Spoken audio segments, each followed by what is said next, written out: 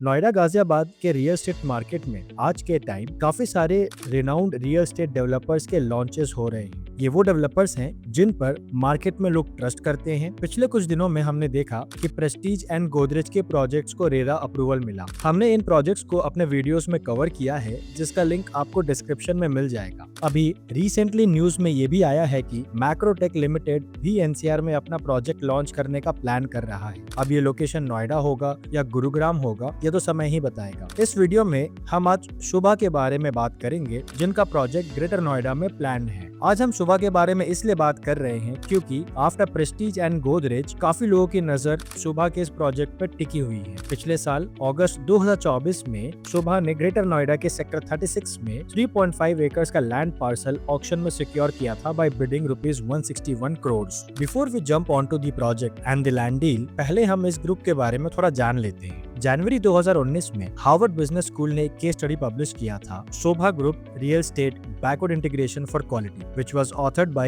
John Macomber and Alpana Thapar। इस case study में ये बताया गया कि after a successful stint in the Gulf regions, mister PNC Menon, Sobha के फाउंडर, ने 90s में रियल एस्टेट डेवलपमेंट शुरू किया जब वो इंडिया वापस लौटे। अब मिस्टर मेनन ने शोभा का reputation quality, detailing and trust worthiness के ऊपर बनाया था। इंडिया में उन्हें ये तीनों ट्रेड्स में प्रॉब्लम्स आ रहे थे जब उन्होंने वेंडर्स के साथ अपना काम आउटसोर्स किया। फाइनली 2000s में मिस्टर PNC मेनन एंड उनके बेटे मिस्टर रवि मेनन ने एक फ्रेमवर्क तैयार किया शोभा इंडिया के लिए, जिसमें each and every aspect of real estate development would be taken care by Sobha group only. इससे वो क्वालिटी, डिटेलिंग के सारे प्रॉब्लम्स को एलिमिनेट करते गए and thus Sobha India became a name for trusted developer in India. And इसी model को शोभा ने UAE में भी डिप्लॉय किया है। अब आते हैं शोभा के सेक्टर 36 ग्रेटर नोएडा वाले प्रोजेक्ट पे। जैसा कि हम अब तक जान गए हैं कि 3.5 एकड़ के लैंड पार्सल पर शोभा ने ₹161 करोड़ का बिड करके उसको सिक्योर किया था। शोभा के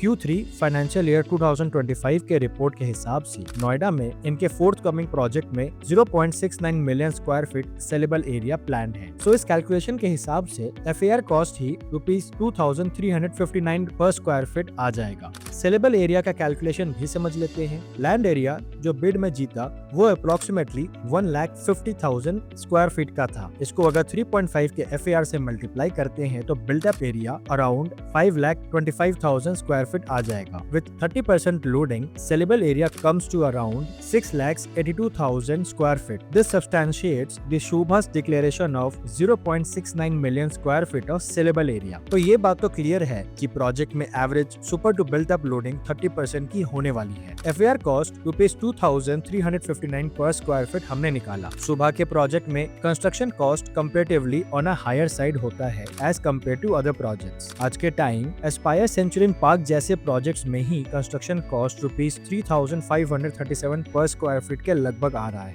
अगर कंजर्वेटिवली भी चले तो शोभा का कंस्ट्रक्शन कॉस्ट ₹4,000 पर स्क्वायर फीट से कम नहीं होगा। This makes the FAR plus construction cost around to be ₹6,000 to 6,500 per square feet. इसमें अगर regulatory and other company costs add करें तो total cost somewhere in the range of ₹7,600 to 8,000 पर स्क्वायर फीट में आ जाएगा। अब डेवलपर स्टैंडर्ड कैलकुलेशन के हिसाब से हमें लगता है कि शोभा इसे ₹15,000 to 16,000 पर स्क्वायर फीट के रेंज में सेल करेगा। मार्केट में और इंटरनेट पर आपको काफी रिसोर्सेज मिल जाएंगे, जहां पर शोभा का pre launch price ₹15,000 per square feet का बताया जा रहा है। सो विदाउट एनी प्रेजुडिस, ये प्राइस महंगा है या सस्ता है, इसका आइडिया तो लग जाएगा अब आपको। Location has few advantages. Sector 36 is a residential sector with all low-rise buildings.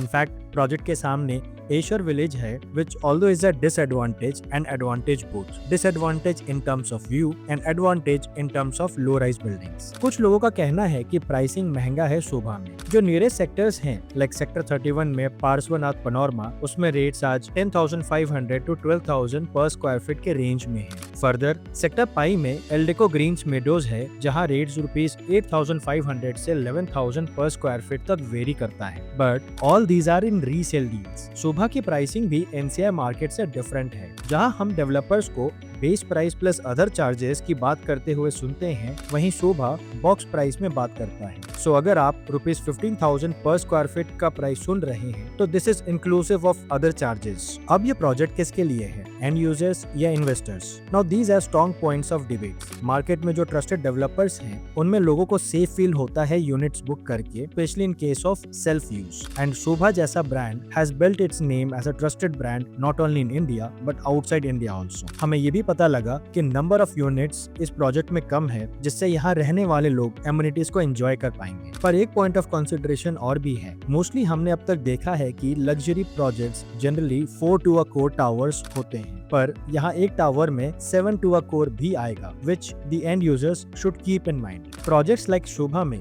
Real estate enthusiast भी एंटर करते हैं, considering them as safe investment, which is true by the way. But जहाँ वो अटक जाते हैं वो है एप्रिसिएशन के चक्कर में। प्रोजेक्ट में एप्रिसिएशन का मेजर फैक्टर ब्रांड जरूर होता है, but again this comes at a cost of time. Let us try to understand this. Since हम शोभा की बात कर रहे हैं तो इसके ही पहले प्रोजेक्ट को कंसिडर करते हैं। नोएडा में एंटर करने से पहले शोभा ने गुड़गांव के द्वारका एक्सप्रेसवे में शोभा सिटी लॉन्च किया था 2015 में। अब इस प्रोजेक्ट का प्राइस ग्राफ कुछ ऐसा गया। वैसे दिखने में तो यहाँ काफी सही पिक्चर दिख रहा है, क्योंकि 10 सालों में प्राइस एप्रिसिएशन लगभग ₹14,000 पर स्क्वायर फीट का हो गया। पर अगर हम इसे एनालाइज करें तो कुछ बातें निकल के आती हैं। सबसे पहला, holding period. This is 1 decade of holding a property, तब जाकर लोगों को ऐसा एप्रिसिएशन मिला। अगर कैलकुलेशन करें तो rate of return compounded annually 10.6% होता है। सेकेंडली, इस प्रोजेक्ट में अगर देखें तो पहले 3 साल में सिर्फ ₹500 पर स्क्वायर फीट का एप्रिसिएशन मिला। वहाँ से फिर ग्रोथ रेट डबल से ऊपर हो गया। ग्रोथ की रीजन मेजरली 2 वजह से हुई। पहला, लोकेशन। ये प्रोजेक्ट दिल्ली हरियाणा बॉर्डर पर लोकेटेड है, एंड दूसरी वजह द्वारका एक्सप्रेसवे, जो अपने में ही 16 लेन हाईवे है। This was built to reduce the congestion in main Gurgaon city and provide a seamless connectivity from Delhi airport to Manesar. Dwarka expressway की स्टोरी में भी चैलेंजेस रहे हैं। इस एक्सप्रेसवे का काम 2019 में शुरू हुआ एंड फाइनली मार्च 2024 में इनॉग्रेट हुआ, and this is reflected in the price trend of Sobha City also. Now if we consider sector 36 of Greater Noida, तो इस एरिया में ऑलरेडी बसावट हो चुकी है। लोकेशन पॉइंट ऑफ व्यू से ऐसा कोई स्ट्रैटेजिक एडवांटेज नहीं है जैसा शोभा सिटी को मिला था। Plus Yamuna expressway and airport की स्टोरी जरूर है प्रॉक्सिमिटी में, पर इन सब का इम्पैक्ट पहले यीडा रीजन्स में दिखेगा rather than Greater Noida region. तो हमें लगता है कि सेल्फ यूज के लिए प्राइस पॉइंट जस्टिफाइड है गिवन द ब्रांड प्ले, पर जो लोग एज इन्वेस्टर्स इसमें एंटर कर रहे हैं थिंकिंग के शॉर्ट टर्म में प्राप्ति कर लेंगे, वो शायद फंस सकते हैं, क्योंकि प्रीमियम चढ़ना मुश्किल होगा। However long term outlook positive होगा due to the brand play and Greater Noida's potential growth according to the master plan of 2041। आपको क्या लगता है इस प्रोजेक्ट के एप्रिसिएशन के बारे में? हमें कमेंट करके बताएं। सिंस अभी रेरा नहीं आया है तो हम इस वीडियो में लेआउट्स की बात नहीं करेंगे। हाउएवर प्रोजेक्ट में 2, 3 एंड 4 BHK कॉन्फ़िगरेशंस आने की संभावना है। एग्जैक्ट साइजेस के लिए हम अलग से वीडियो बनाएंगे, so don't forget to subscribe our channel. पर हाँ,